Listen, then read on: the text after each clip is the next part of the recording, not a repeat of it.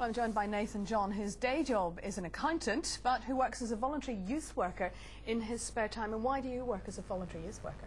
Because I care. It's something that's really important to me. I feel that one of my purposes in life is to make a difference within the youth community, especially the black community. So it's something that I'm keen on doing. And what do you actually do? What sort of work? Well, it's mostly through the church at present. So we do monthly workshops with the young people. Like last night, we did a topic with them about them setting goals for the year and how they're going to achieve those goals. I'm currently also working on a mentoring scheme, which I'll be going into schools and selecting students and mentoring them one-to-one and doing workshops with them also and trying to get parental support. Is this specifically a problem with the black community? There is, and I would say one of the main reasons is because of absent fathers. With the father not being there, the males especially have no one really to look up to. And I mean, the media doesn't really portray a lot of positive black males as well. Because if you look in the media now, if you look at the music videos, there's a lot of hip-hop artists, and there's a lot of negative things out there, and I think there needs to be more positive portrayal of black people. And when you talk about absent fathers, then you're talking about absent discipline as well, aren't you? Yeah, that's it, precisely. I mean, I grew up 10 years of my life without a father, and you know, I was well behaved in a sense, but I mean, until my mum got married and I had a father figure, that's when the discipline really came into my life. And you know, my stepfather taught me and my older brother that, you know, we have to work hard now so life gets easier in the future. Without him I wouldn't be here now. What about your feelings about what we're seeing on the streets of South London now, and particularly the police presence there now, which is very much after the event, of course? Yeah, I mean, it's terrible. I mean, when I read about it, it's heart-rending. I think the police presence is going to make a lot of people feel secure, but to be honest, I'm not sure if it really will make too much of a difference with what's happening with the gangs.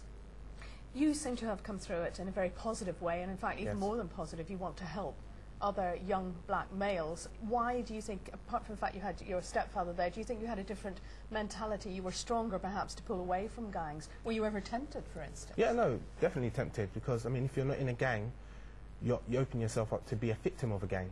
So the temptation is definitely there, and it's something that you look up to, something that you feel is a part of your life, because a lot of your peers are in gangs. I mean, I think for me, I would say I was strong. I think church played a big part for me, giving me morals, principles, giving me hope. But also I had someone that I could look up to as a role model through my stepfather, also a friend of the family who was an accountant. He had a sports car, you know, something I looked up to. He had the bling, but he also had the education.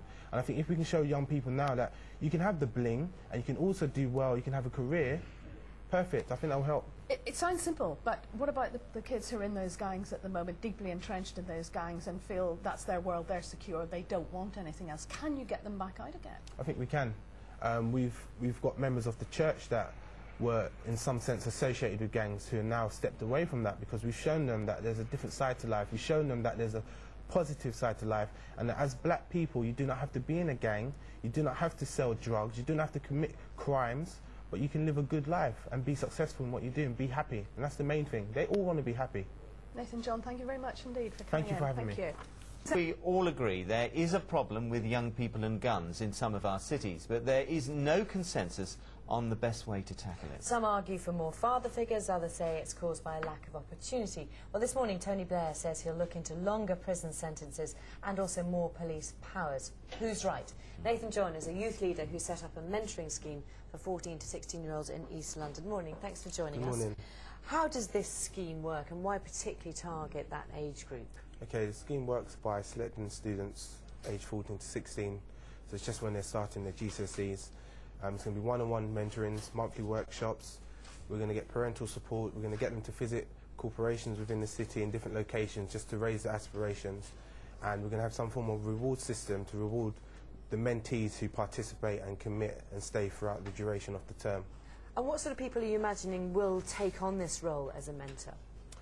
It could be a range of people, to be honest, from any ethnic minority, from any age bracket. Just someone who feels they can make a positive impact on someone's life. I mean, the role of a mentor is to give guidance, to give encouragement, and to help someone to realise their full potential. So if you feel that you can do that, you're happy to apply. I'm interested what you think also about the fact that these crimes we've seen in London, the victims seem to be getting younger. Why is it, do you think, that they are getting younger? I think at the 14 to 16-year-old age, you're kind of at crossroads. you're about to do your GCSEs, and GCSEs are very important. It could be the start of a good path on education, onto a good career, or it could be the end of it all, you know. So I think they're at a crossroads, and the gangs have a strong influence on the kids because they're very strong within the school, they're very strong outside the school, so they're just being drawn to it at that age.